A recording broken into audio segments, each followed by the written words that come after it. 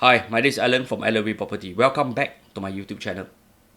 I got this inspiration to explore this video after the Business Times ran an article titled "Who Want to be a Property Agent? Rewards could overweight risk." This article mentioned about the rising number of property agents that are keen to explore this industry. However, it seems that something is lacking here. I feel it's not so much about the financial benefits, but rather about survival. After all, I know it too well. I came into this industry because I lost my job back in 2009. I think I'm the best person to talk about this content. In recent years, Singapore has witnessed a remarkable surge in the number of property agents, raising questions about the long-term sustainability of this trend and its implication for the broader economy. While the booming real estate market and the allure of flexibility, high income potential are obvious draw, a closer look reveals that this phenomenon is also a symptom of deeper structural issues within the labour market, particularly for young Singaporeans. Mounting concern over job market stability, underemployment, and perceived competition from foreigners in white-collar sectors may be quietly pushing locals, especially the younger generation, towards alternative career paths like property agency work. Talk so much, no use. Let's dive deeper into these labour issues. According to the Council for Estate Agency, or CEA, as of 2025, there are over 36,000 registered property agents in Singapore, a significant increase from the approximately 30,000 agents just 5 years ago. This is a 20% increment. This growth has led to a crowded and increasingly competitive industry. The uptick is even more pronounced among younger professions, with many new entries in their 20s and 30s, either fresh out of university or switching career after facing challenges in the traditional corporate world. This expansion raised a key question. Is this surge sustainable? Can Singapore property market continue to absorb such a large number of agents without resulting in oversaturation, reduced earnings per agent, and increased turnover rate? There are several reasons why property agency work has become attractive to Singaporeans, particularly younger individuals. Firstly, it's all about money. The property market, buoyant by rising HDB resale prices and strong demand for private homes, offer agents means to make attractive commissions significantly higher than entry-level salary in other industries. A single successful transaction can yield thousands in commissions, making the profession lucrative for high performance. Secondly, many younger Singaporeans like myself value flexibility.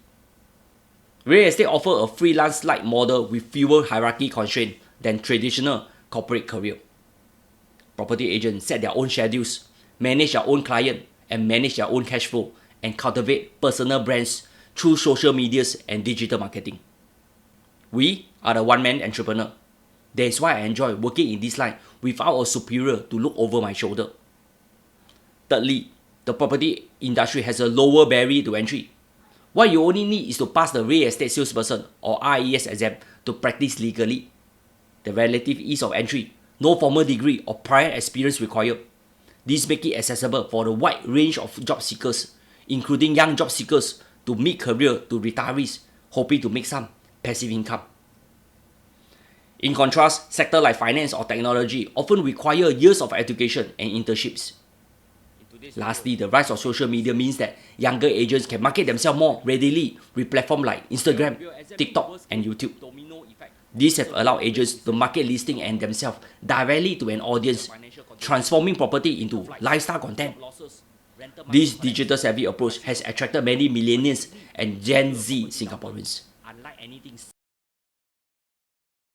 While the above reasons explain the surface appeal, the sheer volume of new agents suggests that something deeper may be at play. Is there a growing disillusionment with the traditional job market?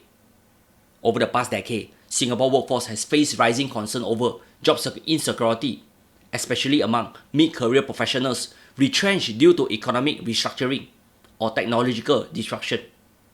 They have difficulties in finding jobs. That is why I realized that many of my peers who just hit 40s are private hire drivers today. What is actually happening? This is not a new trend. When I was in my teens, I've already heard this happening for the longest time ever. That is why I urge fellow Singaporeans to upgrade. Upgrade and transform. That is why every year I will go and upgrade myself through this website, Steps. Step offer attractive price polytechnic and ITE courses to help you to upgrade, upskill and uplift yourself with a full range of courses designed to your specific needs. Don't say they are useless talk. My journey from learning web designing donkey years ago to digital marketing and finally landing here as a property YouTuber is the best example how I upgrade and stay relevant. Even SkillFuture has showcased my journey in their marketing video, An Agent of Change. By the way, this is the best SkillFuture training I ever attended. There are also other issues facing the workforce, underemployment, particularly among degree holders stuck in roles that do not match their skill sets or salary expectations. Then, what about non-degree holders such as polytechnics and ITE graduates? Is there still a future in front of them right here in Singapore? This is something very concerning as we talk about a forward Singapore direction. Do you know employers are required to pay CPF to both Singaporean and PRs based on the age group you are in? As for E-Pass, S-Pass and Work Permit holders, they are exempted from CPF contribution. This is stated clearly in Ministry of Manpower and CPF website. Don't say I anyhow talk ho. Even opposition MP has raised this issue in Parliament to level the playing field. Anyway, if you are a business owner, who will you employ if everything being equal? This concern came to a heated discussion most recently in Parliament. There's a debate between NCMP Leong Man Wai and Minister for Manpower Tan Si Lek. Leong pushed for greater transparency in employment data, arguing that lumping Singapore citizens and PR together obscure the real impact of foreign labour on local job prospects. He suggests that many Singaporeans feel squeezed out of high-value roles by newcomers with international experience, lower salary expectation, or employer favour skill sets. For younger Singaporeans who have grown up with the promise that education leads to upward mobility, the job market has not always delivered. Many feel that they are competing in the tilted playing field, where the promise of a stable, well-paying job is less certain than ever. This environment fosters a sense of urgency to find alternative paths to financial success, and real estate appear to offer one. That is why I can't stop wondering if there is some of the reason why PAP lost Sengkang GRC to Workers' Party in the last GE. After all, Sengkang has mainly young families and a younger demographic in the workforce. Despite the popularity of the industry, the reality is that not all agents survive. In fact, CEA statistics have shown that an average of about 1,100 agents did not renew their registration each year due to career change, personal reasons, or retirement. Moreover, if too many talented Singaporeans pivot to the real estate sector, viewed by some as easy money, there may be a misallocation of national talent where professionals who might otherwise contribute to growth sector like healthcare, education or other industry. Ultimately, the rise in the number of property agents is more than just a story about a booming industry. It's a reflection of deeper socio-economic anxiety. While the government continues to champion upskilling and industrial transformation, more must be done to ensure that core sector remain attractive and accessible to Singaporeans, both in terms of job quality and career progression. If structural issues in the labour market, especially those related to wage competition and job displacement, are not adequately addressed, you can expect more Singaporeans to exit traditional career paths in search of alternatives like real estate, Grab drivers, gig work, or even self-employment. Here, there is always this misconception that agents make a lot of money. Let me share with you my understanding on the ground. The top 20% of the agents make 80% of the sales commission. This is based on the Pareto principles. The top 20% of agents are making a decent living, just like any full-time employment. However, only the 20% of the 20%, which translate to the top 4%, are making attractive income. I call them the producers in any organization.